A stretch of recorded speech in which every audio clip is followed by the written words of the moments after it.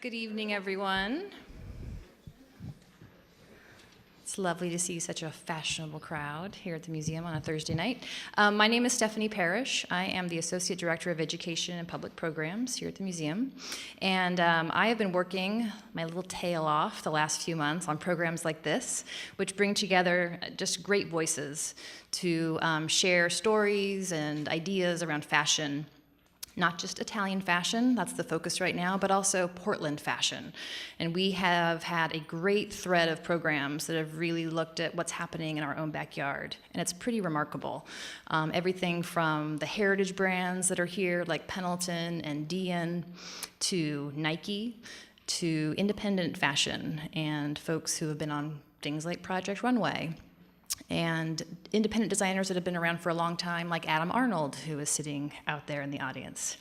So it's been very, very fun to get to know this community, which, like I said, we've taken a nice deep dive with this programming. And helping me with that has been an incredible stable of folks, but I really want to single out Eden Dawn, who is the style editor at Portland Monthly. And also Marjorie Skinner, who is the fashion editor at the Mercury. They have both been incredibly generous with their time and their expertise, and their imprint is as much on this exhibition and this programming as anybody. So thank you. And with that, let me just make one other comment. Anybody here tonight who has a ticket for this program, but if you're not a museum member, your ticket for the event tonight is good also for the exhibition anytime. So just print out that ticket, bring it back to the box office, and you'll get in. Tonight we're only open till 8, so come back at your leisure. So with that, I'm going to turn it over to Eden Dawn and Marjorie Skinner. Well, as Stephanie just mentioned, my name is Marjorie Skinner. I'm the managing editor of the Portland Mercury, as well as the fashion and retail columnist. And this is my lovely associate. Thank you. I'm Eden Dawn, style editor for Portland Monthly.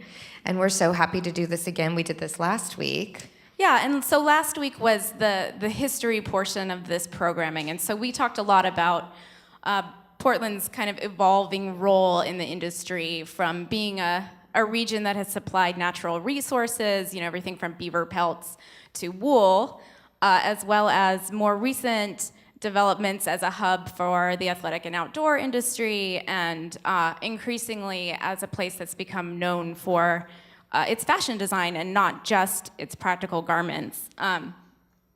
And I think some of the influences that kind of got Portland to where it is now are going to continue to help shape its future. Things like the city's identity as a thought leader when it comes to progressive issues and innovations, such as some of the environmental challenges that the garment industry as a whole faces. So that is one of the things that we're going to hope to touch on tonight. There's also the media landscape has changed dramatically, and that's really affected the role of a designer in today's world. So these are just some of the things that we're talking about, and I'll have Eden introduce who we're going to be talking about it with.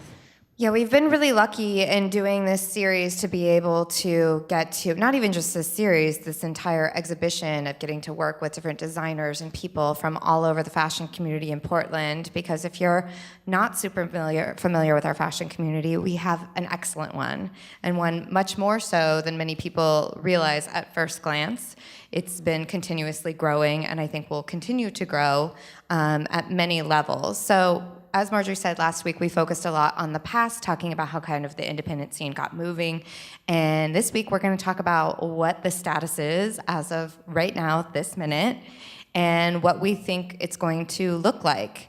And I think for Marjorie and I particularly, that's a really interesting thing as two people who cover fashion, because we don't know exactly what that's going to be like. And I think that conversations like this are kind of part of what's shaping what Portland's fashion future will look like. So, as a fashion nerd, I'm super excited about that. But tonight, for our panel, we have 4 people from very different sides of our fashion world that I'm thrilled to have. We have my friend Bryce Black over in the corner. Bryce is an independent designer in town who's been putting out collections for several years now. You also may recognize him from being on a show called Project Runway. He's one of the 7 Portland designers who has been on the show and can definitely speak to that experience. And he often tells me that I'm prettier than Heidi Klum. He actually doesn't, but I bet he will now due to public pressure. So thank you so much, Bryce. Thank you. Yeah. You're definitely less German. Oh, that's true. Accurate. I'll take it. And to my left, we have Angela Snow, who is the VP of Global Design, Culture, and Community at Nike, which is a very long title to say. She has a super impressive career, spent 23 years as a creative director over there, has worked for them in Hong Kong, in Europe, studied in London. If it comes to Nike, she can tell us about it, which is great because as our biggest A&O company, they obviously employ and are doing a lot of things here in town. And over to our right, we have Britt Howard and Rosemary Robinson, who are the 2 lovely ladies that founded Portland Garment Factory and are increasing our local manufacturing community right here. In addition to running the factory, which produces items for I don't even know how many clients. It seems too many to count. You might know. But they have their own house line running out of it with beautifully designed garments, and they're in their own lines tonight. I believe Bryce is in his own collection as well. That does not look like Nike to me. This was not a test. It's not function. This is more form. Yeah. That's not Nike. I'm known for that. Nike's super fashion-forward collection. So we're going to talk to all of these folks, but now you have a little bit of a background on them. But as we go through tonight, we'll spend some time with each of our guests, and we'll dive in a little bit more to what they do. Yeah, and I think we'd like to start with the brand that's been around the longest, which is Nike. And Angela, I would really love if you could speak to just kind of giving an overview of how Nike has treated technological advancement as part of its design landscape and how maybe the priorities that guide that exploration have evolved. Great question. First of all, thanks you guys for having all of us, because this is great to have a conversation about fashion and performance and creation. What better place than in Portland? And I'm homegrown, so just for what it's worth, I literally grew up about 5 miles down the street from Nike, so on a farm. So, and I've come to this museum since I was 6 years old. So it's really kind of a great evolution to see how Portland has blossomed and grown, and you know, so I feel honored sitting here amongst you guys. Nike, well, it was a little company, little burgeoning company about 3+ decades ago when I started, and you know, really, our mission has not changed. It's really listen to the voice of the athlete. So anything around, you know, we look at technology in the digital world and where we live today as great tools to help us get to where we are. But really our objective is to make sure that athletes are performing at their highest tilt. And so everything we do is to think about how they can jump higher, run faster, you know, flow, get into a flow and into a zone of what they do in their athletic endeavor. So with that, it's quite a responsibility to ask ourselves every season, what is it that we can do to help them do their best? And you're flashing some things, thanks for that, Eden. But there's Ashton Eaton, who's amazing, and he's, if you guys don't know, he was a gold medal winner for the decathlon in the last Olympics. And he is a great collaborator with us. So we really start with not only the body, the mind of the athlete, and then from a technology standpoint, we say, what is at our fingertips to help in terms of changing the game where it comes to fabrications? Over the years, you know, we've really asked ourselves, athletes need to keep cool at certain times. They need to be warm at certain times. So we think a lot about zoning, technology, what are the exact right fabrics to the specifications that we can put on muscle groups to make sure that they are, again, performing at their very best. So some of the things we've done over the years are things that you guys have seen and hopefully worn, but the fit technology, it's really functional, innovative technology, and it was it's really working with our partners in the technology field, the material field, to actually transfer wick sweat. Sounds really gross. We're talking about fashion, I'm talking about sweat. So I mean, those types of things are incredibly important to an athlete when they are in full motion in what they do and whatever they do. So that's what we spend a lot of time on. And more and more, we're going to talk about this, I think, in a moment, too, wearable technology. The idea of, some of you may also, when you're running or walking or, gardening, whatever your sport is, you can wear wearable technology now that gives you feedback on how you're doing, how you're running, how far did I go today? What was my blood pressure? I mean, all those things, that's data information that is amazing for our top athletes. They need that information to get better at what they do. So that's really been our motivation, I think, for the last 3 decades. It continues to motivate us. We were just with a whole group. In fact, they're in the museum right now. RISD, which is a design school that is one of the top design schools in this nation, and we met with about 12 of them today, and they are so excited, about bringing new ideas and really thinking differently about how we can bring fabrications and materials that will help change the game when it comes to really sport. So.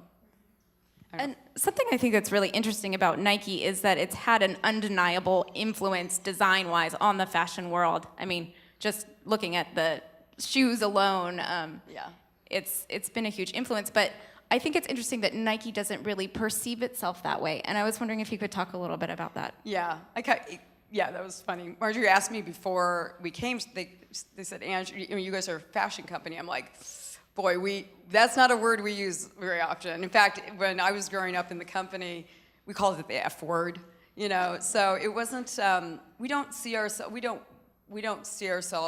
as fashion. We absolutely are driven by function and how that garment works or how that shoe works or even how we communicate with the athlete.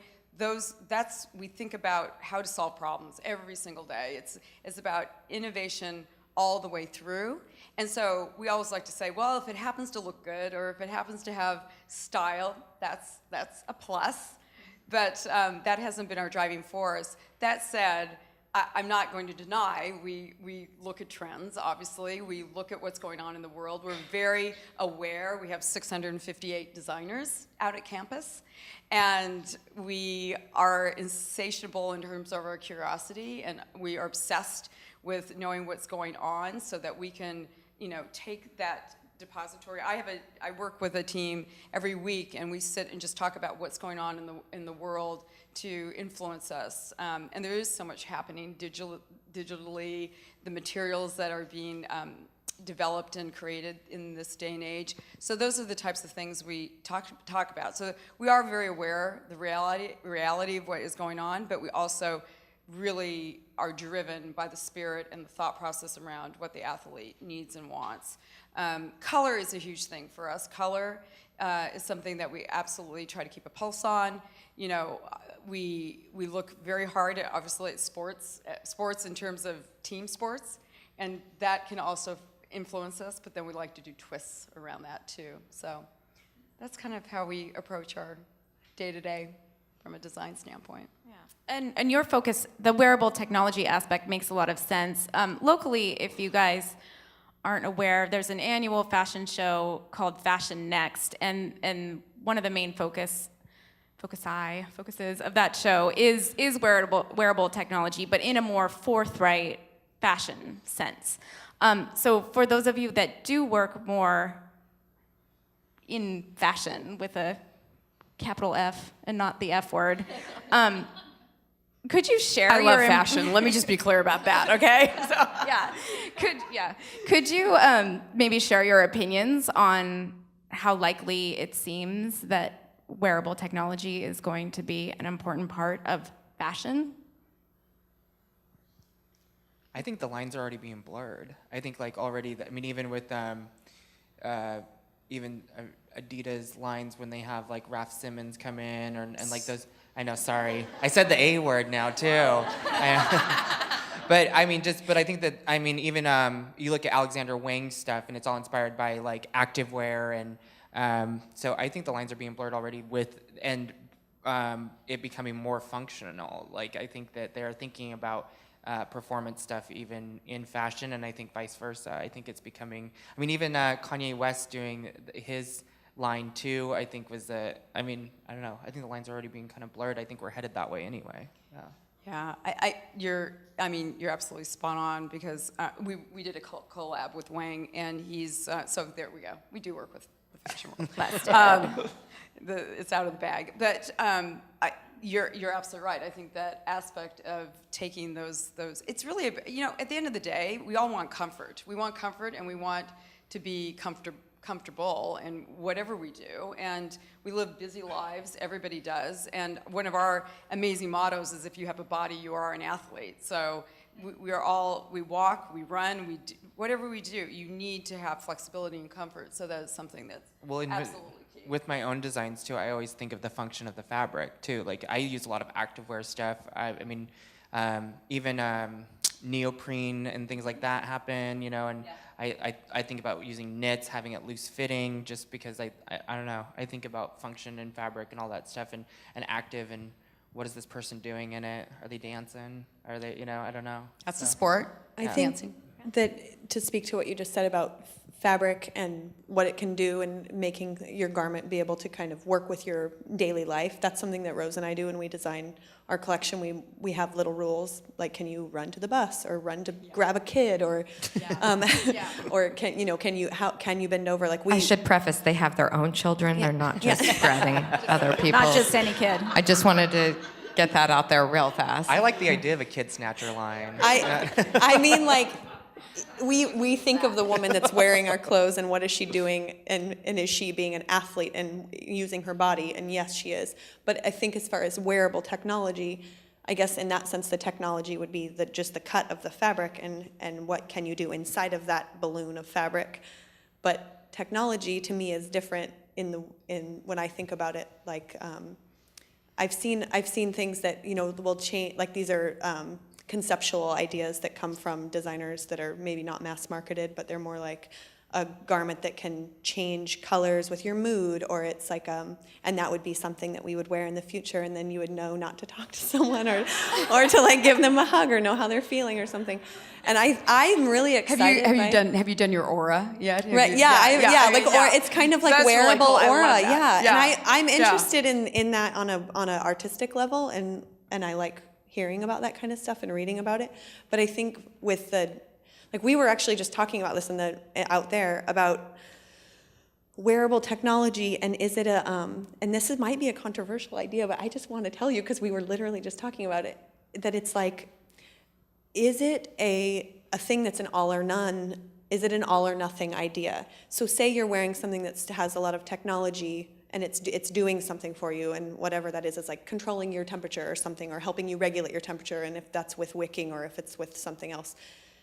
But then you also have your other coat that isn't a technology, and you're putting that on top. Then like, are you smashing that technology? And like, if they don't work together, then like it's, and I keep thinking, like, I love these ideas, but are they all or nothing? And how can we start? And I think blurring the lines, like what you were saying, is that's the start of it. Well, I think clothes will be looked at it the same way as everything else, because everything else is being designed. Like, it's like, what else can it do? I mean, even your phone. I mean, pretty soon my phone's just going to be in my head, and I don't have to worry about it. Like, as soon as they want to put the microchip in, I'm in. But I think clothes are going to be kind of like that too. I think that it's going to be just like, pretty soon it's like, where can we take it next? Where can we take it next? Oh, and it looks good. It's like Edible clothes. Yeah. Spray clothes. Spray clothes. Every day we just spray our clothes on. Yeah, I think there's going to be so many different things that people are going to like, that are going to keep pushing it. I think the lines are just going to get blurred. I don't think there's going to be a division. I don't think it's going to be like, oh, that's fashion, oh, that's function, oh, that's fashion, oh, that's function. I think it's going to be just blurred lines. Yeah. It's crazy to think about, though, like what you just said about the microchip thing. Like, it's a little bit dangerous to feel like we can, because the world has been as like wearable technology or whatever. That was cotton for a long time, and just wool and all of the, like we were making the fabric to do the maximum that the fiber can do. And now that we're doing so much based on oil, like oil-based synthetics, that's a freaky thing just in the world and right now anyways. And so, I don't know, it's like the microchip and like all of our fabrics are made of oil and we drive cars all the time and there's no green things. I don't know, it's like super freaky to me to think that we could just transform out of using natural fibers into these things that are supposed to perform perfectly for your every need, and then we're just like these weird, I don't know, robots It is true. with smartphones. I think it is interesting as we think about technology. Well, first I have to say, if we're spraying on our clothes every day, I'm going to the gym more. Because that's a different kind of a thing. But when I was thinking about this and talking about textiles and innovation, you think of, we got nylon in World War II, right? When we weren't having access to our silk manufacturers, and nylon was this big technological invention at the time, and then polyester, and now we look back and it's like, I don't know about you, but I don't want to be in polyester all day anymore. And that was cutting edge. That was cutting edge technology. And now every time I get a great vintage dress, I'm like, oh, it's so scratchy. So it's it's an interesting thing, I think, that our technology, though it's always coming and these amazing things are happening, I also think, how long is this the new great thing for? Are we going to have the chip in our clothes or the changing color? You said changing colors, and I just thought of the hypercolor T-shirts in the 90s, if anybody remembers those. American Apparel brought those back for a while. Did they? All right, well, get me a mood ring and call it a day. I think going green will be part of it. I think it'll be part of technology because I watched a documentary that was really cool and where, oh God, I wish I could remember the name of it. I watch way too much stuff on the internet. I think we all do probably.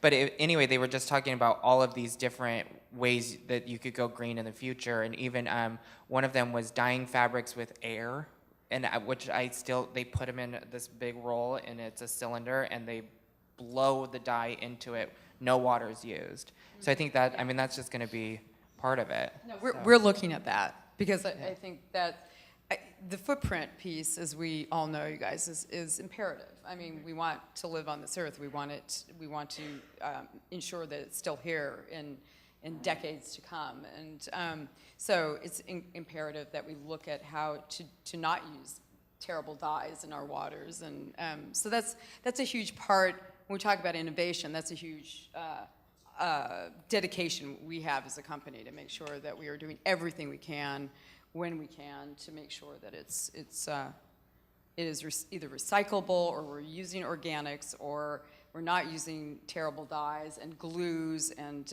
you guys have seen the advent of our new Flyknit.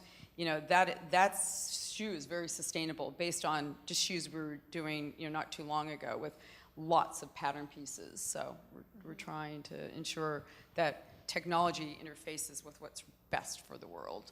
So. And the kids, I'm like the kids today. I feel like my son is almost 14 and he is learning so much about the world, and he's forming his own opinions, and he's your future client or customer, and he's all of the whole world's future customer, and he's very aware of this. He does go to the Sunnyside Environmental School, but so it's it's very much in their mindset, but he's an 8th grader and he's very aware of what he's buying and what does this mean, and so that is very much that generation is even more than our what we're learning right now. So by the time the technology catches up, that's what they're going to want. Yeah, so I think that's a good thing. Well, I'm interested then, as you as designers, you're purchasing your fabric that you're using for your lines and using primarily all organic materials. Natural fibers. Natural fibers. And Bryce, you're purchasing your materials for your designs. Does Nike create their textiles in-house, or do they purchase items from, or is this a secret that I'm not supposed to ask? I actually don't know. I was curious, though, if you guys are designing your textiles in-house, or you do. Isn't this cute? We're sharing a mic. Our mic blew up before we started today. So we do both. We absolutely work with, we of course buy our textiles from amazing companies out there from all over the world, and then we also work with our incredible companies to innovate and think about how we can redesign fabrications to be more effective and more efficient. So we do both. And then that becomes more of a proprietary because we're actually designing the fabric and looking at the substrates and the weaves and ensuring that it's doing what we want it to do for the athlete. Yeah, so it's both ways.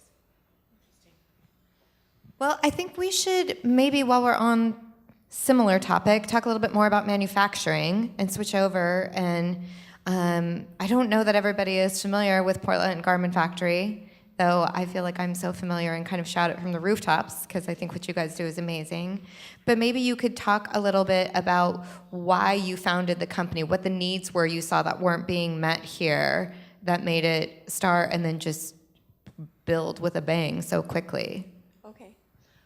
Well, it's interesting that we have someone who is on Project Runway because at the time that I was thinking about this idea of going into business with my small baby clothes collection, I wanted to get patterns drafted and graded, and I couldn't really find anyone in town that was kind of offering what I wanted. And we had a mutual friend who was the first, Leanne Marshall. She was the first Portland resident who was on Project Runway and won. And so we had, this is all kind of, the stars were all aligning. We were, all these girls, Kate Towers, who's a designer, she maybe was at the last event here, and Holly, and we all had just had babies. So we would ditch our babies and go watch Project Runway at Kate's house and drink wine and eat candy. And I would just be like, why isn't there a place that helps designers in this town? And we were all kind of we would just talk about it every Thursday. And I was like, I'm just going to start a workroom. It's going to be like this. And I kind of thought it would be one thing. And then I kind of revised the idea, and it kind of started evolving. It's called Portland Garment Factory. We'll have services. We'll offer pattern drafting and sample making and small line production for designers who can't meet minimums of other factories and other states and cities. And about 10 months into this, I met Rosemary, and she came into the shop as a potential client. She had just moved here, and she was telling me what she had her background in, and I think she was just like, I think you need a partner here. Like, I think we could put our heads together, and we eventually, didn't take us long to get on the same page with that and really take that and roll. And that was almost 7 years ago. The idea is 7 years old, and it was born in like August. August will be our 7th year anniversary, which we should have a party. We've never had a party before for our anniversary of our business because we're always so busy. Yeah, so now we, just to give you a quick background on the factory, just so it's clear, because it's kind of a funny thing. We offer sample or maybe you could talk to that. You want to do that one? Sure. Yeah. So we call ourselves vertically integrated, kind of like, I think American Apparel really blew that phrase blew it up. But we, unlike other factories in other cities, we do everything from concept to market. So we do design consultation, pattern making and prototyping, sample making, cutting, production, sourcing. Is that it? Shipping. Yep, we do it all. They come to your house and tell you what belt to wear. Personal stylist. For the whole thing. Unwarranted advice givers. Yeah, I was like mean comments on Instagram about outfits. No, just kidding. No, I don't do it. So that business model is very different from our competitors in like LA or places where you have to go. You have a sample maker and she's a lady, and she'll sew your one sample for you, but then you have to go to a completely different person to get your patterns graded and your markers printed, and then you have a whole different place that does your cutting only, and then you're driving all around like a crazy person.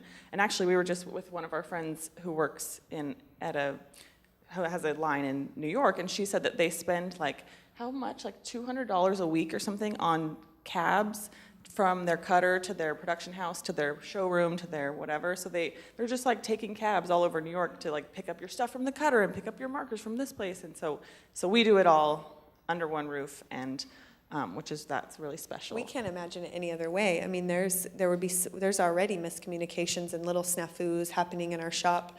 If you don't, I mean, I just can't imagine the headache of of that. But yeah, can't imagine it any other way. So that's Portland Garment Factory. That's what we do. Did you want to talk about a specific, sorry? No, I was specific thinking maybe you could factory talk a thing? little bit about Yeah. maybe a couple of clients and the kind of examples of some of the stuff that you work on. Yeah, okay. Well, we work on everything, and maybe that's our specialty, is that we don't have a specialty. We have things that we don't do, but there's not very many of them. Because we basically have grown the factory by kind of seeing what the different employees that we have at the shop, they've all been in the industry for years. Some, one person 40 years, others 30, 25, like. We've taken their specialties as an individual and really tried to shine with that instead of, and we do also do training for our employees to train them on new ideas. But so this is, in a nutshell, we do anything from bridal and high-end women's wear, children's clothes and sportswear, and a lot of special projects. For Nike, we work for Nike sometimes, and we have projects that we do for Levi's or large companies, and then we work for independent designers.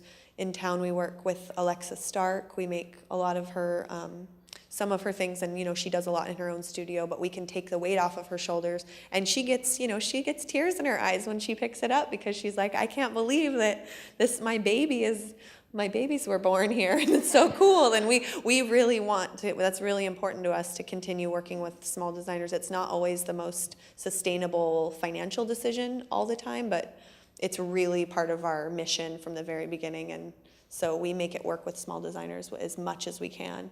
And we're very flexible, and so we do a lot. We work with Elizabeth Dye. We do her a lot of her wedding dresses. And do you have anything? Yeah. We also have our own collection. So this is the placket dress. This has kind of become like if you can even call it a classic yet. It's a couple years old, but it's been one of our the styles that we've tweaked a little bit, but it does well. And so we go to market with our collection twice a year, and we sell it internationally. We have a following in oddly, or maybe not oddly, in the Middle East, because a lot of our clothes are darker colors, and they tell us that because they come to your wrists, and we do a lot of baggy and like drapey things, that the women can get really playful with the way they wear their drape. So, and then we sell here in the States and here in Portland, and we do 2 collections a year. Have you seen like the Made in USA concept, or even Made in Portland priority or cachet on the part of your clients and customers?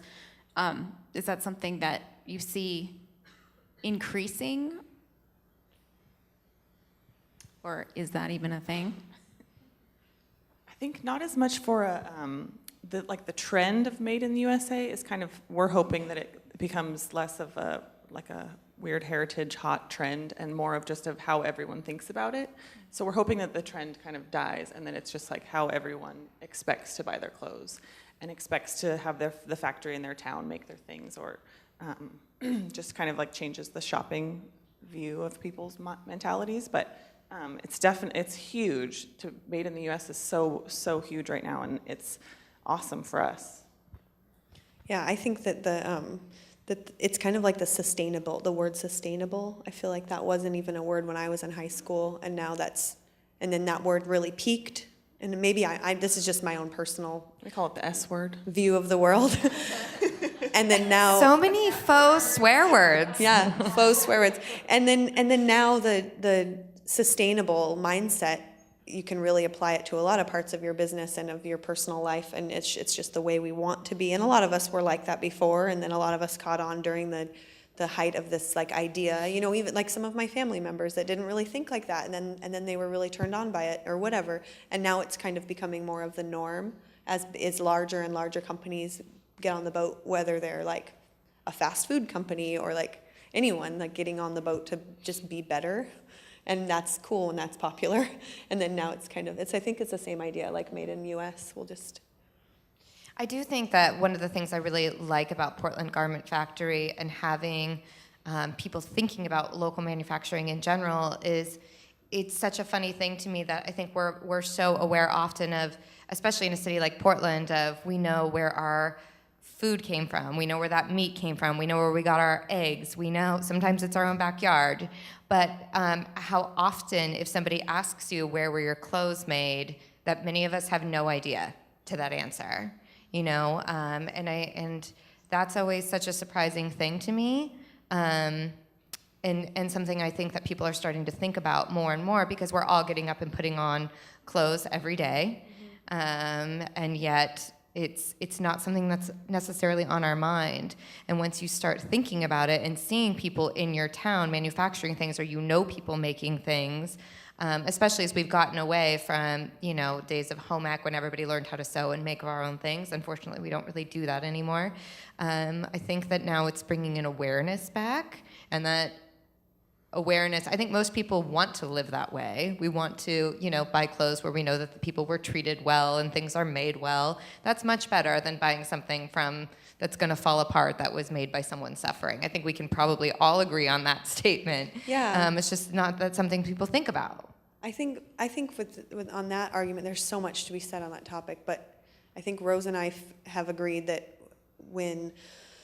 if you were to think like, I'm gonna eat bacon every morning at breakfast or something, and you get the bacon at wherever and you just buy it, and it's like the way I grew up or something.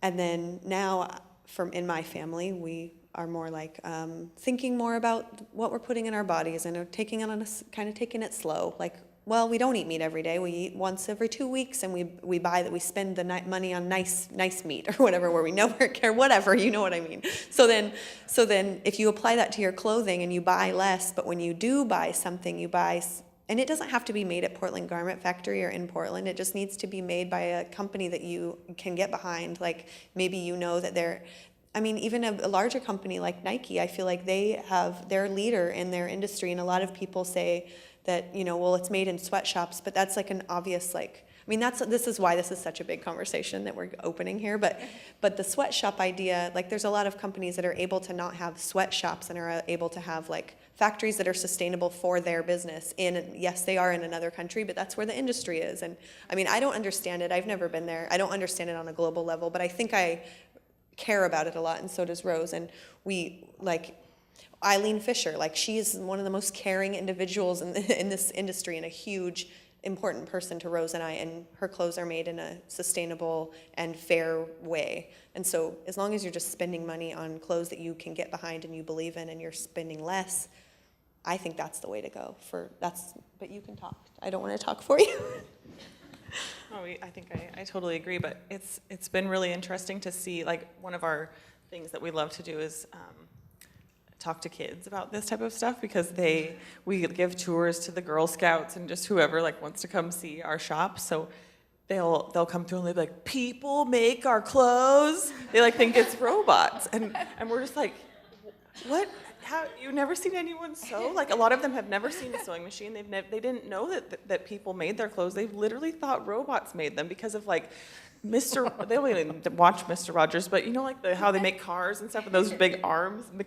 It's like, maybe that's what they're thinking. I don't know. So it's so important for us to show that generation about that, because I had so many people in my life that would show that, you know, I knew all about that, and my great grandma would turn all of everyone's clothes and all other things, and like, it was just the Depression era mentality, you know. So it's funny to watch to try to influence the new generation about it, because we're just like, you have to know about this. It's so important. And I mean, talking about generations, did you want to talk at all about the labor force and where that is going? Because I know that presents some challenges of its own.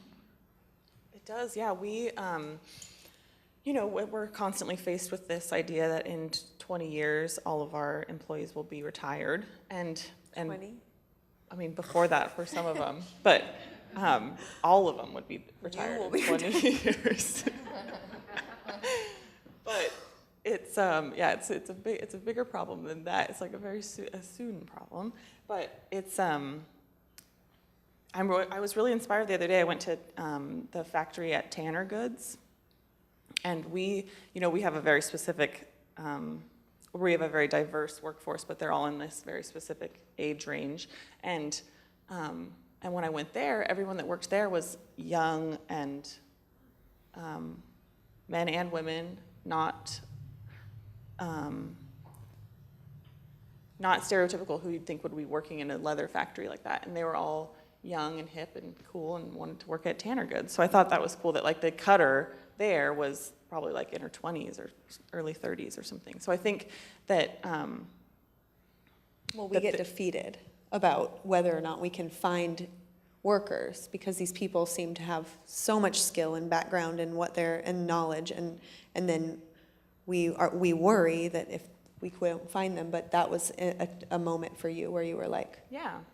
And I think that since this whole Made in America thing and makers and the whole thing that's going on really makes people want to not just sit at a desk every day and want to have a job where they work with their hands. And so we're seeing more and more of that, like interns that want to come work for us, not to be a designer sitting at the computer, but to be like down in the sewing area working with someone. And so we have lots of plans in the works to fill that gap eventually. But Bravo. I mean, you guys are doing a great job with that. But the notion around Ottilie A's have, I think, we walk through the museum, you see the amazing craftsmanship, and we also read and know and hear and feel that beauty of that craftsmanship and those that have done it are starting to wane. We don't want it to be a dying craft, and what you guys are doing are keeping it alive, and I think that's the mission. That's our desire. We just Nike crazy big campus, whatever. You wouldn't believe it, but on our campus, the designers don't have a place to work. I mean, we have a sewing room. Nobody can go in it because only the people that sew, that actually do the technical aspects can go in it. So none of our designers, they literally sat at their computers like you were just talking about. So we just last month opened up it's an old 80s building that we just gutted, and it's a 13,000 square foot building where designers now can just go and make and work with their hands, and it has been unbelievable. I mean, it's been buzzing, and it's so heartening to see people working with their hands again. So we just did a big creative launch this week where we literally cobbled and made all of our samples ourselves. So it is definitely something that I think is important. And this is the generation we're talking about is definitely the 20-something generation that's bringing that back. So, bravo. I think it's super important. I think there was a moment in time there because schools are banishing, sort of the aspect of design and craft and working with your hands. It's such a shame. I mean, that's why the museum is so important for what we've been doing in education. What Stephanie does here is make sure that kids get that exposure. Otherwise, it will become a dying thing. So, bravo, you guys. thank you. Yeah. We'll be at the new Creative Hub. I don't know what it's called, but We call it BRS. It's called Yeah. Blue Ribbon Studio. right. And we'll be there on the 22nd. Oh, you are? You're going to Yeah. come? We're Oh. doing like a presentation, a meet and greet thingy. Oh, you I don't- are? Yeah. Oh, yay. Okay. Still in the that's works. That's where my team works. We Oh, get to- okay. Well, that's awesome. I grabbed that building. I said, we need a building. Cool. Yeah, it looks I like know, it looks yeah. like yours a little bit. Yeah, it's so exciting though. I mean, I think it's a big deal. It's a big deal for the whole industry, I think, continuing to work with your hands. Absolutely. Yeah. I think that's really cool. I had no idea about that. I think that's really exciting. I think that's a good segue for us while talking about making and craftsmanship to talk to our designer, our independent designer, because Bryce is someone who running his own small line and doing everything and doing a lot of textile treatments. If you will look at some of his work. But you'll see that he does a lot of treatments on his own and kind of like crocheting knits and all sorts of things, which means I know you spend a lot of time with your hands and you're doing it all yourself, which I think is really interesting. And I'm curious if you could speak a little bit to the idea now of the independent designer sort of working in the fashion world right now and what that takes. Specifically, Marjorie and I were having this conversation last night talking about things like Project Runway and social media, how important that almost seems to have become as important for a designer to have these ways of branding himself as the designs himself. Do you feel that way? Yeah, I think the brand anymore has to have a personality. Not necessarily do you have to be the personality, but like the brand has to have a personality, because people want to. Because there's so much out there, and I think we're saturated with so much that I think people want to buy a story. You know, it's like, what are you about? What are you for? What do you? You know, it's not just about buying clothes and cool clothes, because I can get cool clothes anywhere. You know, so I think for me, like I actually in a lot of ways make my line about me and my story. I think it's always. I mean, anything I post is kind of like, look, guys, I'm doing it. You know, it's. I mean, it's a lot of. Bringing people along my journey. And it's been a lot of trial and error, and I think the one thing that is overwhelming is how much social media and stuff you have to keep up on. You know, I finally was just like, okay, I'm not gonna be good at my blog. I'm not, that's the thing that can slip through the cracks.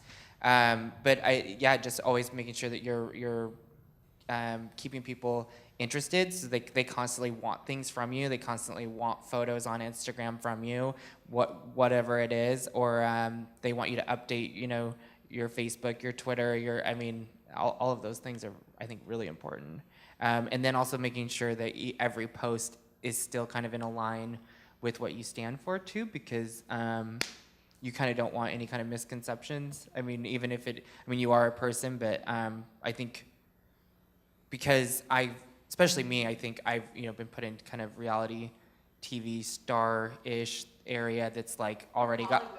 Yeah, they already got, and everything goes along with that. You say reality star, and everybody thinks Real Housewives, pull your hair, you know, like. You do pull a lot of hair, though, to be honest. Yeah, not on, just behind closed doors. So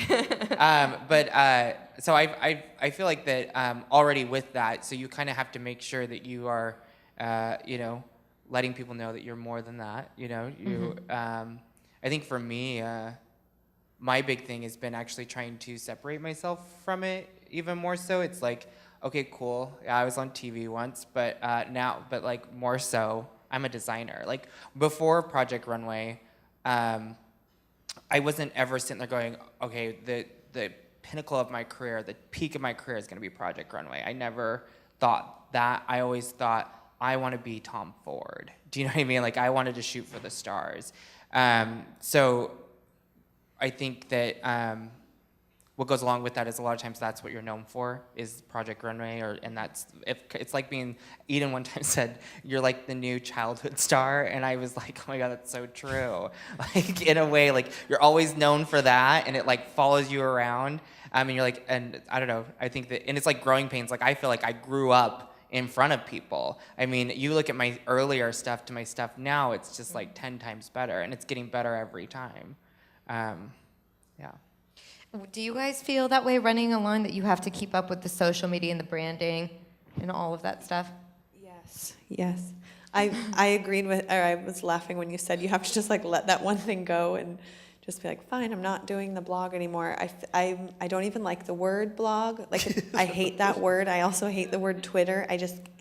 Like, when it comes out of my mouth, I'm just like, but some of them are really brilliant. I mean, and have been, and makes so much sense. It's such a visual thing that we're doing, designing clothes, that having them on Instagram just makes.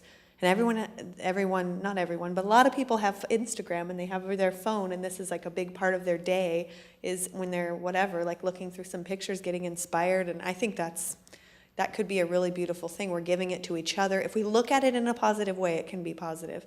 It's just, it can get kind of, you got to take a break. When you got to take a break, you got to put that down. You got to know that's not reality, that's not your life. But I absolutely think it's fun to image share with other creative people and see the world through their eyes. I don't see anything wrong with that, but. I think it can be fun too. I mean, my favorite is like I do get fans, and they're usually younger, and they'll write me and they'll say like kind of. I've had this one from I think she was Czechoslovakian, and she did drawings of me and would tag me on Instagram and things like that. So I think it's cool that sometimes you can be directly connected with a customer in a new way too. I mean, you kind of get. I mean, even maybe she's not going to be buying my stuff, but it's just kind of like cool to kind of see out there who actually is excited about your stuff.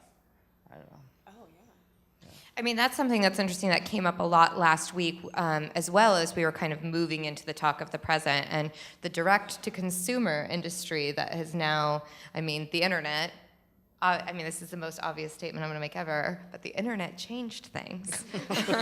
In case you hadn't heard, everyone, right here, write it down.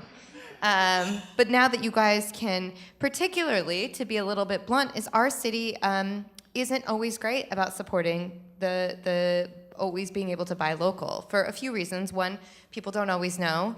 Two, we're not a city often with a lot of high incomes, and independent design costs more because people are trying to buy good materials and live and pay a fair wage. And I say fair, not extravagant, because I don't know any rich local designers. But I think that it's become really important, especially like you have such avant-garde designs. I don't know that your customer necessarily lives here. No, and I, the thing that was the struggle is that I was trying to. I mean, at times I was fighting it, thinking, okay, no, I need to go after the Portland customer and grow from there. And now I'm just kind of I just can't.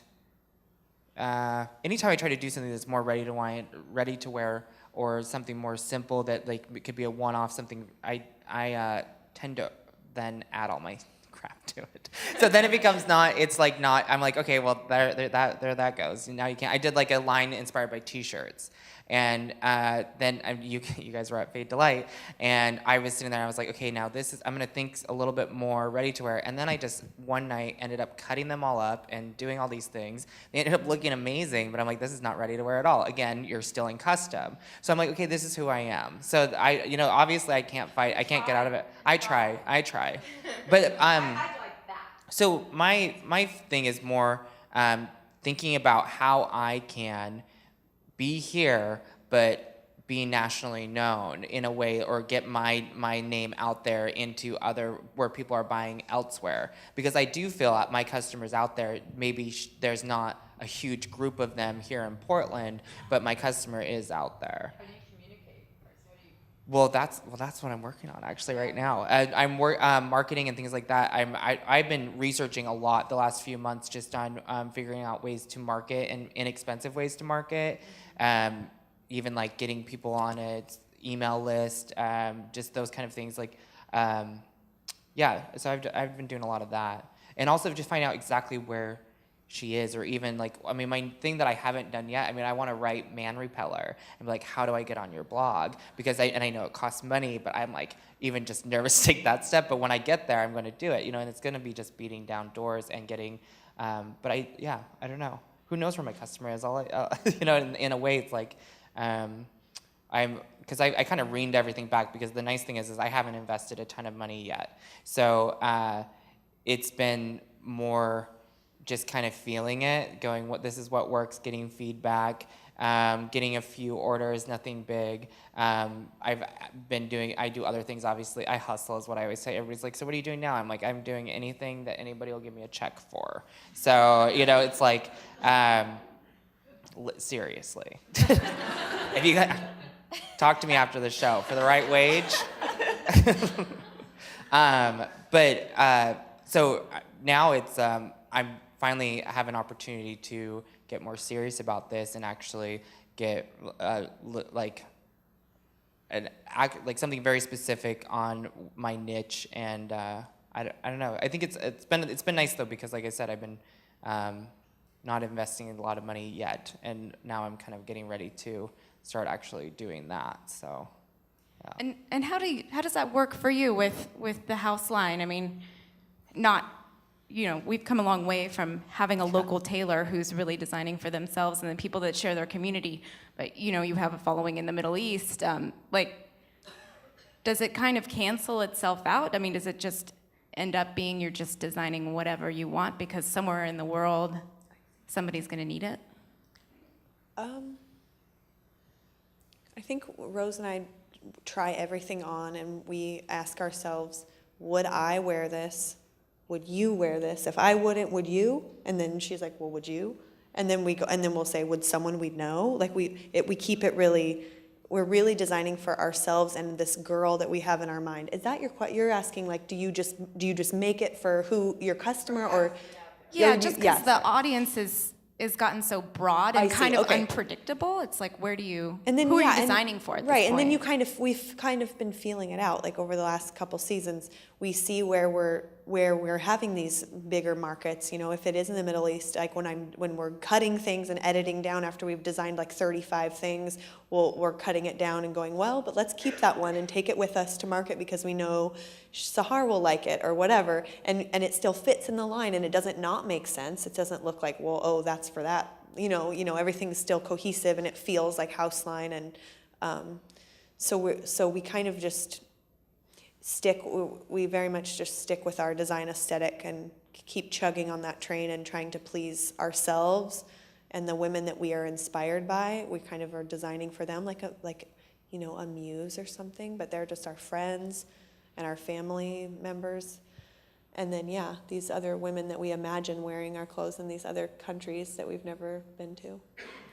And for us, having those parameters to what we are designing keeps it cohesive, and like that you can come to us season after season and get these like kind of, you like our vibe or whatever. But it also, as a collaborative design team, it keeps us on the train. We can't do like this crazy weird thing that even though we really want to do it, we just do it for ourselves sometimes. But it's, we work with very specific fabrics and very specific silhouettes, and we stray from them in our own little way. But we definitely have a customer in mind, and these stores that are our key stores. And so that's kind of, it helps us move forward too, because we know, just keep like blinders a little bit. We're like inside the box of our brand, and we don't go outside of the box, and the box is our brand. And that's a really, like, that was a wake up for us to be like, because we would start from scratch every season designing, and then we were like, we don't have to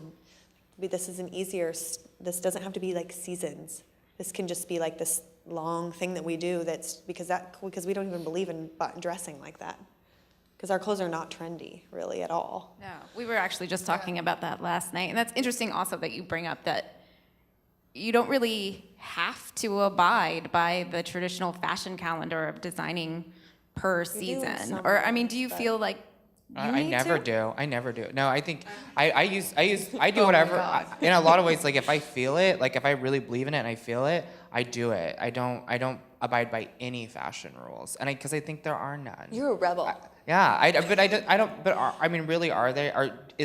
There are very few items in your closet, that you would say that you can't layer with. Like, you know what I mean? Like, I think for the most part, you wear everything all year round. But just like being on the season schedule, like, okay, now I have to design spring and I'm going to market. When you're going to market, then you're like going, and the buyers are like, why does this Fall, have sleeves? summer, spring. And then you're like, well, because I wanted to make sleeves. And they're like, well, can you do it sleeveless? Because this is going to be in my store when it's hot out. And then you're like, oh. I guess in that way I think about it, but I don't. Yeah, I guess. Not but, you, me. But I also work with only like knitwear and denim mostly. Like, and then I add my, if it's fall, I'll add my faux fur or my leather or something like heavier weight. But I do. That's the only thing I ever do for seasons is the weight of the fabric changes. I think that's about it. Same with us, and then just silhouettes and same vibes is happening. But because I think you still want. Even though I understand. But I still think women still want long sleeve even in the summer, even if you just get the right lightweight. I wear long sleeve if I can. I don't know. I like to layer, so I'm very happy when fall comes around. I'm like, so I don't know. We're kind of bound by seasons. Yeah. We have 4 seasons, that we have to deliver on a year, and we're pretty particular, obviously, about what that is and what are the needs. We obviously look at the rain in Portland, the snow.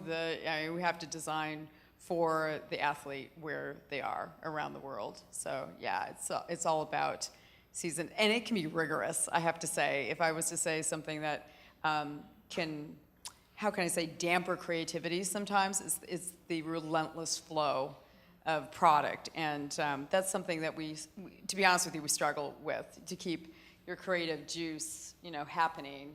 And you learn what can be a fundamental in your line, and you learn what can be where you can really change up and create those innovations, and get ahead of it. We have to work sometimes 5 to 6 years ahead to think about when we're designing for new innovation. You have to think about it now, and it will deliver in 5 years. So it's crazy. What does your timeline look like? Right now, we're working on spring 16, so, About a year. yeah. What, don't you think? Always about a year out. But it's so hard to keep your creative juice going. Like, we got back from market, and I think we had like 3 weeks before our first spring meeting, and we were just like, okay, gear up. We're gonna do it all over again. Can you handle it? Like, it's just it's so fast. It is fast. I think it's interesting. Well, one, it makes so much sense to me that you guys would be bound to the calendar having to work for those specific sports that are so affected by weather, which I think is a lot different than city living. Because it's true, when I'm, just wearing like this blazer in the summer over a summer dress, or I'm wearing it in the winter over a wool dress, pieces work all the time. Yet when you're doing something so specific, so that's an interesting thought I hadn't had really about the fashion calendar before. But something else that I've noticed that I've picked up tonight is it's intriguing to me that all of you guys have kind of spoken about how you're not trend-based, which is funny because I think so much of us all thinking of fashion being this super trendy thing, but you speak more to really designing to the function of the athlete and the needs of that, and you speak more to kind of designing by just what you're inspired by. And same as you guys, it's like you kind of have your girl or being inspired by the people around you. And I'm curious if we think that's a Portland thing. I think it's because we're just trendsetters. Like, I was telling her today, like, what people in other cities always ask me, well, why are there so many people on Project Runway from Portland? That's so crazy. Like, they're all winners. And I'm like, it's because I'm from here too. I'm also from homegrown, like you said. And so you are too, right, Bryce? Oh, I'm actually from Idaho, believe it or okay. not. Right. I knew you were from I the escaped region. from Idaho, yeah. I think that's cool. Yeah. And it's because we're really free thinkers here. And like, I think Rose and I maybe we all are setting the trends. Somebody's doing it. And if you think you're not, then maybe you're on the other end of it. And maybe you're setting the trends, and there's other designers that are looking at, I don't know. I can't help myself. I like rebellious. You tell me to do one thing, I immediately want to do the opposite, and I've always been that way. So I blame Idaho for that. Yeah, probably. Yeah. That didn't work out so well, did it, for them? But I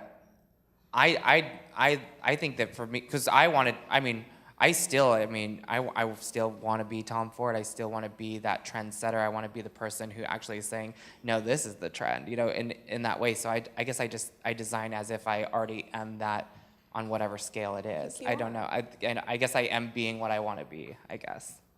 Yeah, that's a great observation, you guys. That you've said that. I think as designers, something motivates us, and I don't think we're blind to the world. I mean, obviously the materials inform us, or the feel and the motion of what you can do. So those are real things that can be inspirations, and we look at the athlete, the function, but you also are aware of what is moving and what feels right at the time. Oh yeah, I think the street. When I'm out on the street, for sure, I'm like instinctual. Yeah, a lot of times it's even just like I said, active wear can inspire a lot of my stuff too.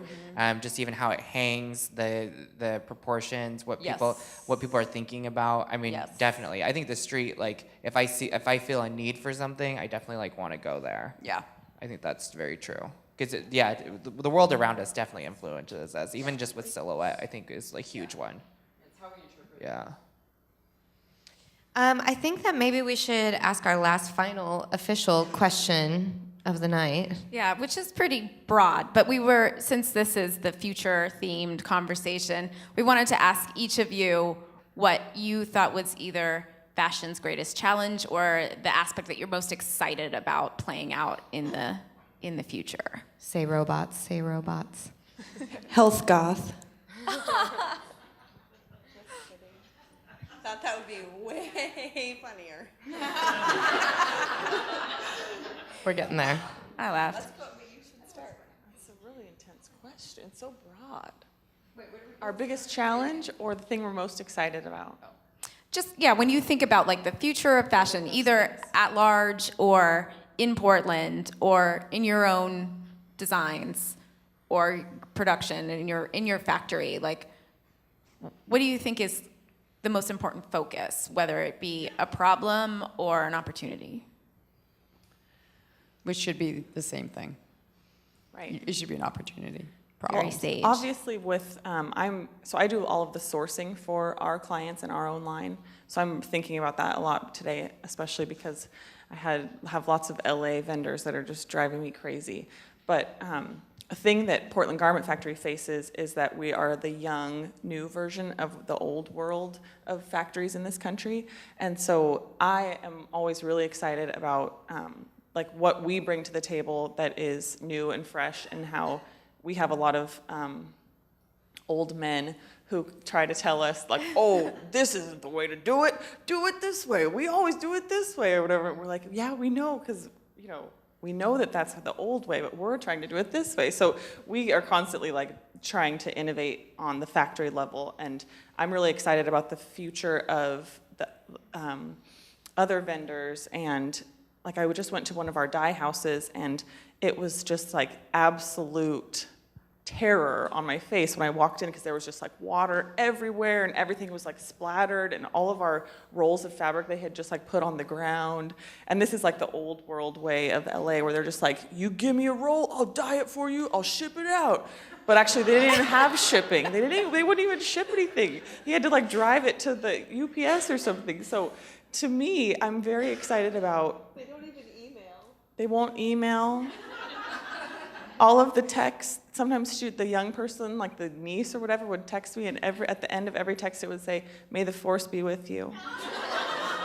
She had like I don't an auto, know. because she had like a thing Maybe on her she's, phone. like, She just 19 or something. So I'm not inspired by that girl really, but I am inspired by innovation and young people bringing manufacturing, dyeing, fabric manufacturing back to this country, and what that's going to look like, because I'm sick of dealing with these old fogies. Oh my God! But They don't have to be old. Young people can be old and old world, like I just mean old world Yes, right. way Because I of work doing with some things. Old people that are the most No, innovative not people old in the people, world. Yeah. just the old just clarifying. Like No, one like of my his fabric nephew, like the right. owner's nephew is our age or younger than us, Yeah. and he's just like Taking over. but he's Yeah. taking over on their way of doing Yeah. it, and we're like, what are you doing? And that's the very LA way to do things. Like one of my fabric vendors just changed their minimum from 60 yards to 300 yards. Oh. Just next day, he's just like, oh, now I just ship a sea train to you. And I'm like, I don't want a sea train of red fleece. But what is really exciting, if you say what am I most excited about, is that Obama just passed or just submitted a bill that's going to be $500 million private and public funds to innovation in manufacturing and supply chain advancement. So I think that, and they're getting backlash from the Republicans, but it's going to be really cool to see what that does to manufacturing in this country, and that's what I'm most excited about. Yeah, you better email him. I know. Obama. You got it in, Nancy?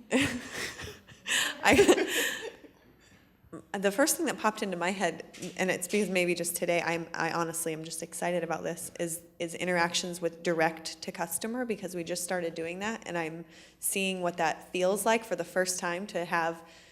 It makes me want to have like a retail store already of just, it's all house line, because these people come in and these women, and they're just so excited by the clothes, and I'm like kind of like shocked, like I just don't get to have the indirect customer interaction as much as with buyers, and they're a little bit more, that vibe is just so different, and I can go on that because I'm down with, I've been doing that for a while, but I'm really excited about direct to customers and being able to talk to real ladies who really want to wear your clothes and are really wearing them, and keep up with them and have them back to the shop, or, you know, because of internet, because of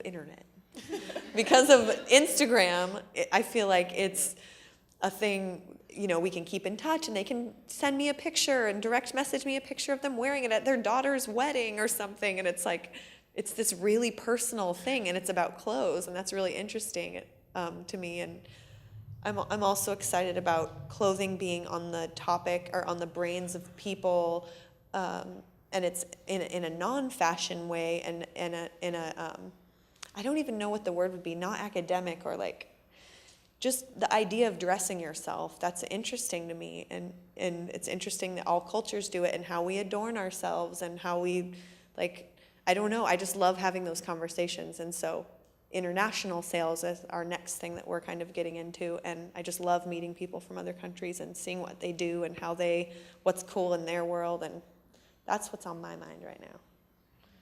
So.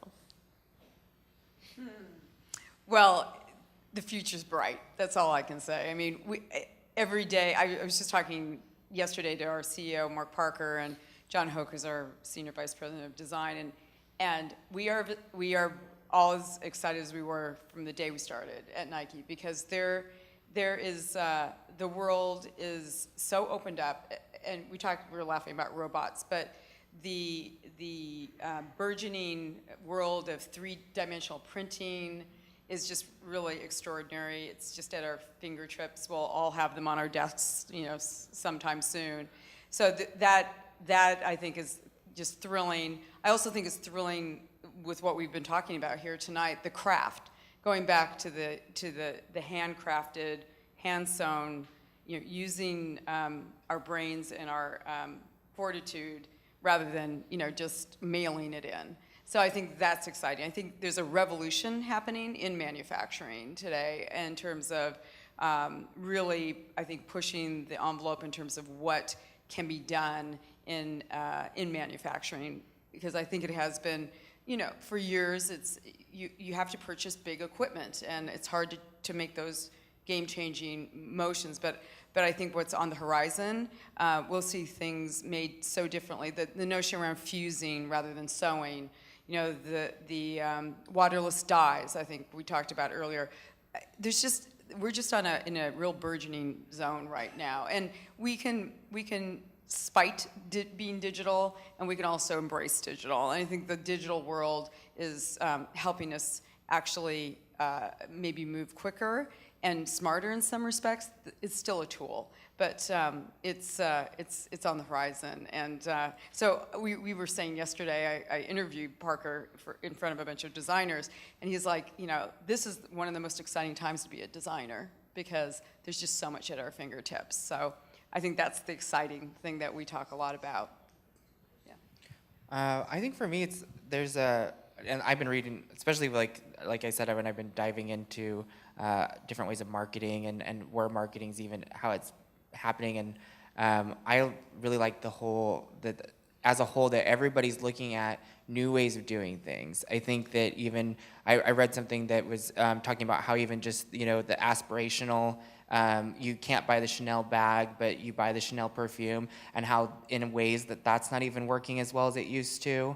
I think, and then a lot of marketing that I see is like people saying, you know, we have heart, you know, it's like, let me show you my heart, let me show you how we care, and that kind of stuff. And I like seeing new ways of doing things, and how the business models or the marketing models maybe aren't the exact same as they used to be, and how people do, like I said, want the story. And I think that, I don't know, I like the connection, I guess is the better word, how there seems to be that, because we are so easily connected to everyone, that that has brought about like a lot of positive things. I have to agree. Storytelling is we're humans. We like stories. It's part of our nature, and that is what is most interesting. Because otherwise, you said it earlier, we say this all the time, we can make just a lot of stuff. Yeah, it's just clothes, You know? otherwise. Otherwise, Yeah. it's clothes. Yeah, it's just clothes Yeah. and stuff. So having a provenance and having some heart and soul behind something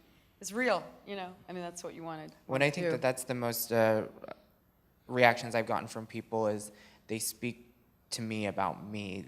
You know, it's the clothes too, but it's also just like, wow, you're impressive. Your clothes are impressive. Like, it's just, I think that kind of stuff. Connection. Yeah, Yeah. that's where it doesn't just end with Yeah. I don't know. Yeah. Yeah. That's good. Well, do we have time to take some questions from the audience?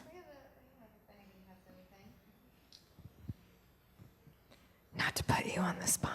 Eden's the only scary one up here.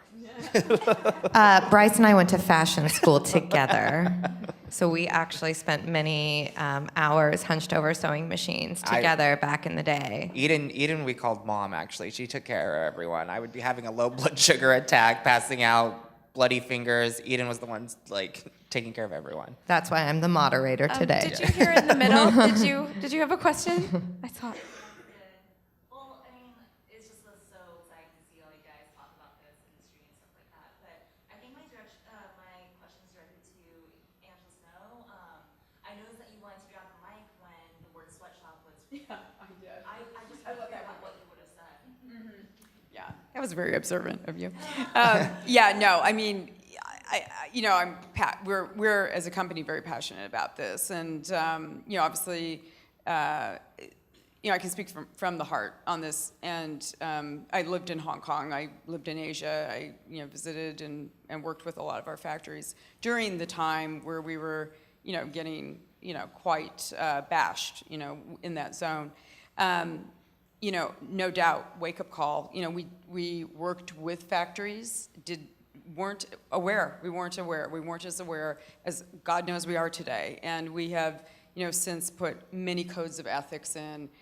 It's a different world. The factories I used to go to and work in the 90s, 80s, and 90s actually weren't what we would consider sweatshops. There were some unfortunate situations, obviously, that came to light, not only with Nike, obviously the industry. And thank God those things happen, because it changes the game in terms of how we demand to have excellence and have, obviously, human rights first and foremost. We've fired many factories if that does not occur. And when we fire them, we actually follow up to make sure that they actually are bringing themselves up to our code of ethics.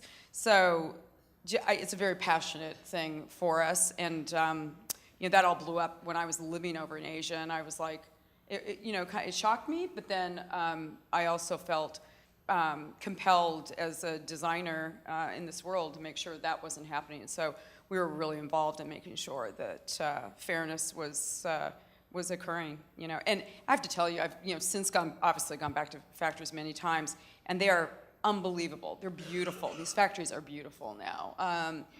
People, you could eat off the floor. They're so clean, and the people that work there, I always talk to them all the time on the line.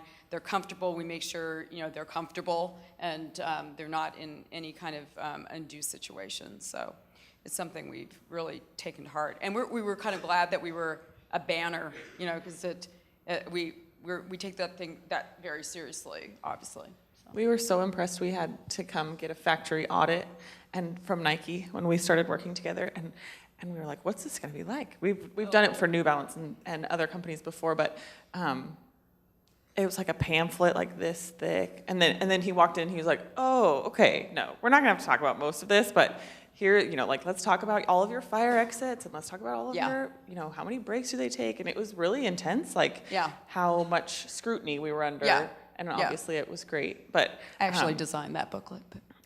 It was pretty cool. No, I don't know. We were impressed. A long time with ago, it. I'm sure it's been redone. Yeah. No, thank you. But no, it's true. I mean, that's what we do. But bad things turn into good things, and that's so we are thankful that that we have to pay attention. We have to pay attention. That's all there is to it. Problem opportunity. Yeah, absolutely. Yes. To follow up with that, in this era of dwindling disposable income, how do you raise consumer consciousness when somebody looks in their wallet and says, well, the big boxes where I can afford to shop, and I walk in American Apparel or whatnot, and a shirt is $70, that to the eye doesn't look that much better aesthetically or otherwise. And then the second part is, how long do you think it would take to narrow the gap to where, let's say, Portland can really compete with Paris or whatnot? Because when they laugh at that, remember when 20 years ago people laughed at the culinary scene here. Yeah, absolutely. Or the wine. Well, let's talk about wine, okay? Yeah. Oh, I think that as independent designers, I've had people in a consultation, their mouth hit the floor when I tell them how much it's going to cost. And I'm like, I understand that, there's things like Forever 21 that has like diluted what you're getting from me, but I mean, you're getting you're getting a whole package. You're getting a stylist. You're getting I'm making something just for you. This is a one-of-a-kind piece. All of my expertise is going into this. And they have no idea. So that's a huge barrier in actually finding, like I said, the right person for that. Somebody you guys should talk to about that is Adam Arnold. He's doing pretty. He just snuck out. Oh, well. But I think that actually what Britt brought up earlier about her son, I think is really important. And I think it's part of our job to train this next generation, because I think, like I said, a lot of it is just a lack of awareness. And I think many of us, it's not that we aren't willing to pay for goods for what they should be. It's that people don't understand how much actually the good cotton versus the one that's been dyed and all the chemicals that's rubbing off on your skin, or the one that's in a factory, be it international or not, but one that's been safe and someone's going and checking on, versus one that isn't. We saw what happened last year with Bangladesh, with the factory falling down and those people being killed. It's tragic. I do see that, but again, the consumer doesn't. How do you get that out? There's been books like No Logo and whatnot, but how do you get that out to the average? I think it's. Living in Hillsborough? I think it's got to come through marketing. I've thought that marketing is the most powerful tool we have, and I think it always changes. I mean, how many times have you guys saw something and somebody tells you that they have heart, and all of a sudden you're like, I'm gonna buy that. Do you know what I mean? Like, anything, even if it's Starbucks standing up for gay rights, I'm like, okay, Starbucks, you get my $2 every frickin' day now. I mean, it's like there's things like that like I think through marketing, when you're saying, because right now it's so been fast fashion. Everything's, Forever 21 is like the perfect example. All that stuff is throwaway clothes. That stuff does not last you more than 3 months. There's just no way. I've owned it myself. It does not last. I think even people at Buffalo Exchange could tell you that it doesn't last, because they won't even buy it in, because it starts to fall apart. So it's about telling people. But I think, yeah, so if I'm like because a lot of times what I tell people when I'm selling myself is I am an investment piece. This is something, I want you to love it forever. I want you to like, so when we go, it's going to be only for you. It's going to be special for you. I think it's a lot of times, maybe that's not appealing to someone. Maybe they're like, I don't want to own it forever. But I think that, like I said, that person's out there. I think marketing is going to be the most important thing with stuff like that. I think it's marketing, and I honestly think that it's part of our job as people with our family and different things of how we have that conversation. The same way I think that we, again, to use your example of the food scene, I think of how aware people are now of the quality of food we put into our bodies. Where I have to say, when I was a kid growing up, I loved Velveeta. Loved Velveeta. I used to love Hot Pockets. Yeah, the Hot Pockets. I loved it all. You couldn't pay me to put that stuff in my mouth now, because I'm aware and conscious of what I put in. And I think that if we can use that and spread that, and part of that is just from some self-responsibility, and some is it from family members, from friends, from people here having that conversation, that it makes a dent. And that's how we change that. I think also it's really cool being from Portland and being known for what we are. We're almost like, we're like the crazy hippie in the West in the way, but like that's fantastic. And I think when you were talking about the food industry and stuff like that, and now that's actually being marketed as one of our things for travel. So now when they're like, go eat in Portland, I would love it if, because we're never going to be Paris, we're never going to be New York, let's just be Portland. And I would love to be known as a fashion destination, but what goes with that? Like you would branding Portland. I want to be known for being Portland designers. We're not couture houses. We're not New York designers. We're very something unique. We don't follow trends, obviously. Yeah, clearly we just do whatever the hell we. I was out and about and I saw that hippie look last night. I thought it was horrible. These people were very good-looking people in their 50s, and I said, my God, this is just, But that's probably authentic. But thank God for them. We need those extremes. We do. We need those extremes because it pulls somebody that way and that way. Yeah. Did we answer your question, though? You had two parts. I mean, yeah, okay. I think he kind of answered that, but how long do you think even to close the gap in years where people are saying, yes, even though we're unique, we do have something to offer?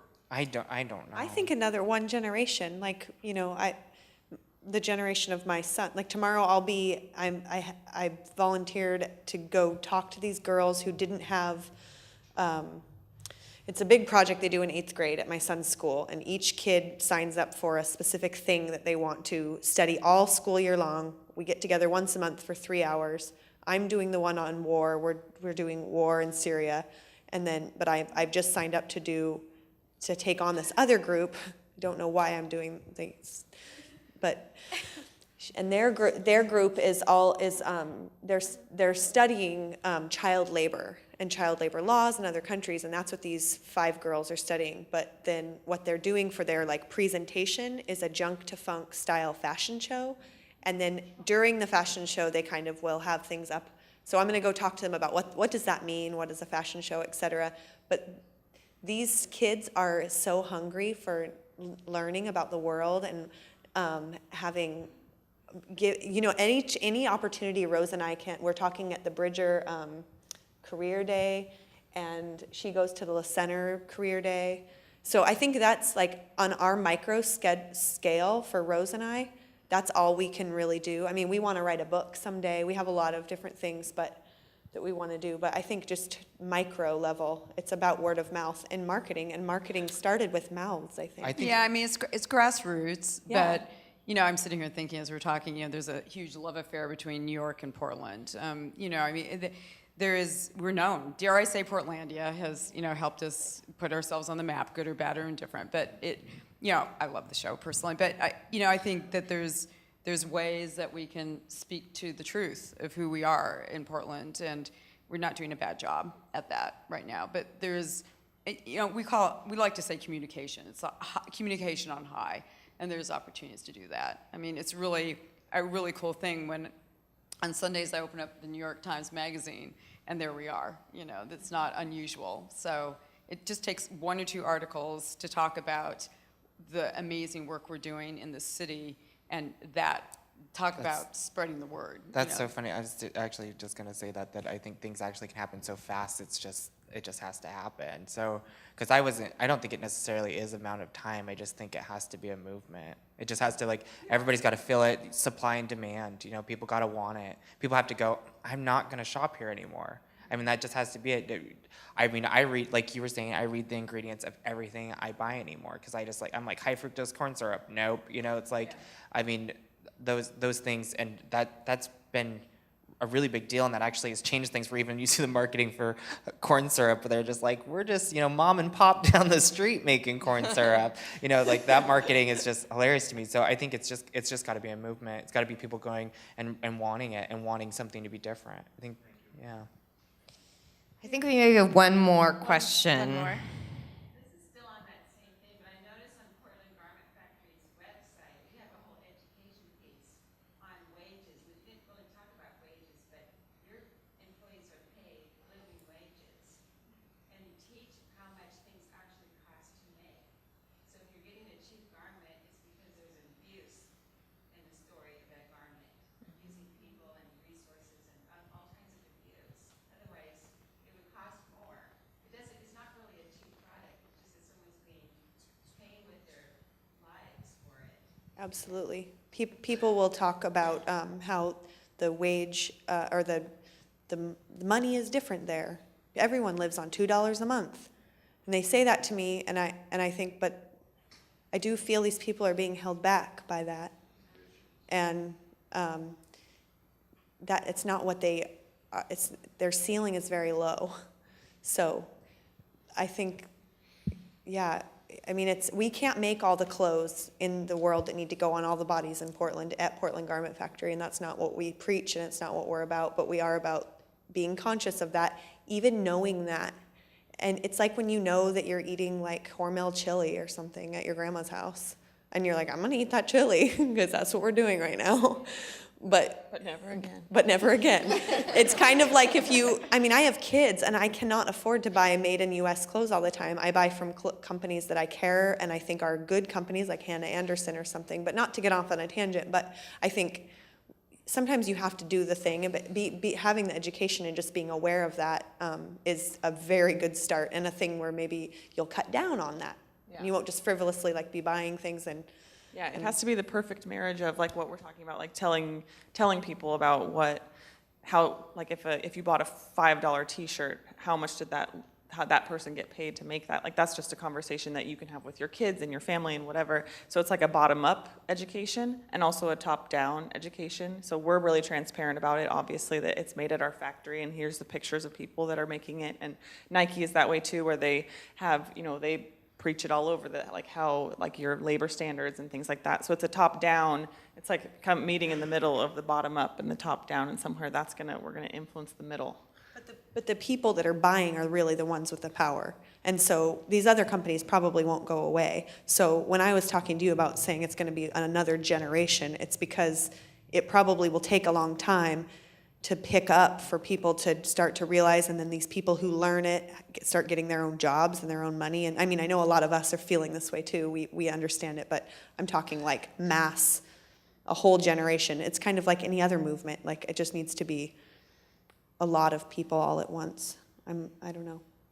It's a complicated issue, guys. We don't have all night. We didn't promise all the answers here tonight, I will say, if you read the fine print. I think we're almost out of time. Maybe one more, and then we got to.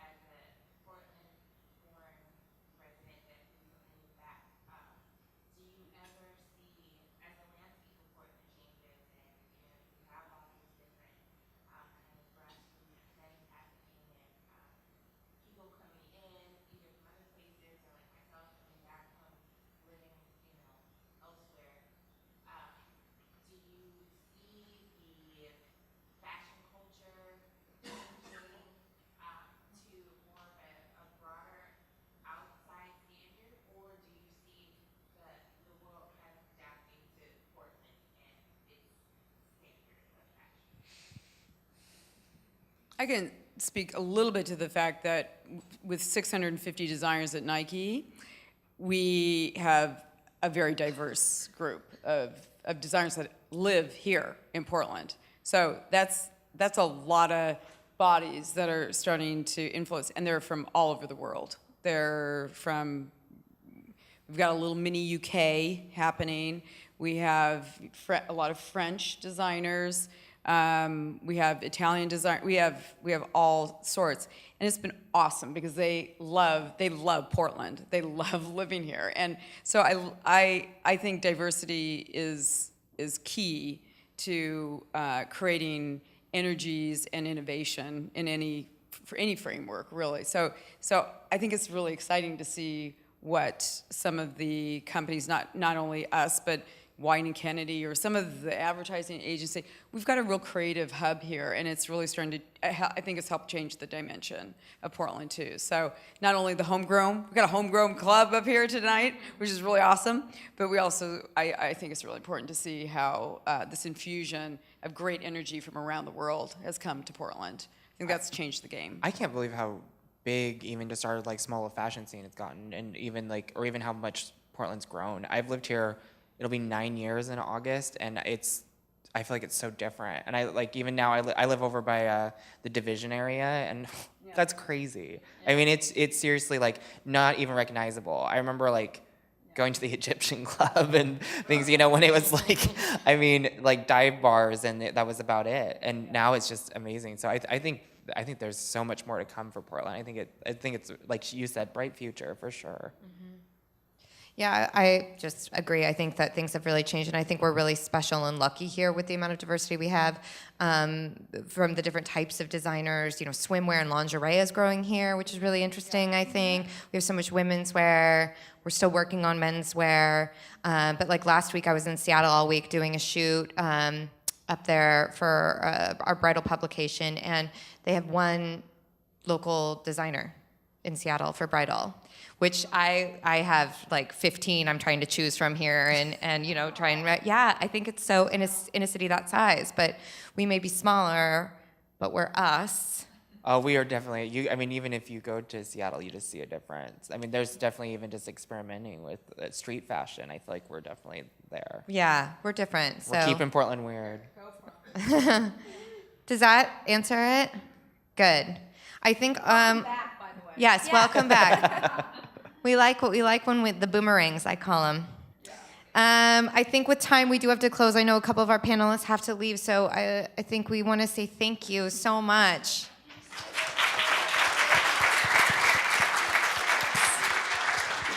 Sorry, say that again. Oh, you want, the end, we have to end with a fashion show. I'm wearing my Pendleton and opening ceremony collaboration dress, which I feel like is getting shorter. I'm gonna try to stand on my So- one good leg. I'm wearing what has become a very wrinkled Adam Arnold dress, who I also wore last week. He's a favorite of mine. And you two are in your, you two are in your Portland garment. This is the upcoming fall collection, so you guys are getting a preview to the new line. And some great modeling by Britt and Rosemary. I don't know, we were trying to figure this out earlier, but it's an old vintage dress that I got in one of our stores. Beautiful vintage. We support, and vintage too is a great way to work on keeping things going in the community. And then Bryce is in Bryce. Bryce, and I love that cape. I love the cake. Beautiful. So we're really covering the gamut here. Thank you, everyone, so much. Yeah, thank you so much for coming. I hope that this piques your interest a little bit and that you seek out some of the local design that is happening. And we made little handouts at the request of last week. Did you guys get them for some of the great local shops in town and some things in Marjorie and mine's blog where we're constantly writing about events happening? And I think to go back to this, your question, which I think was so great, is how do we make it all change? And it's that we keep the conversation going. So that's the thing I think we end on, and we trust to all of you here. Okay, thank you.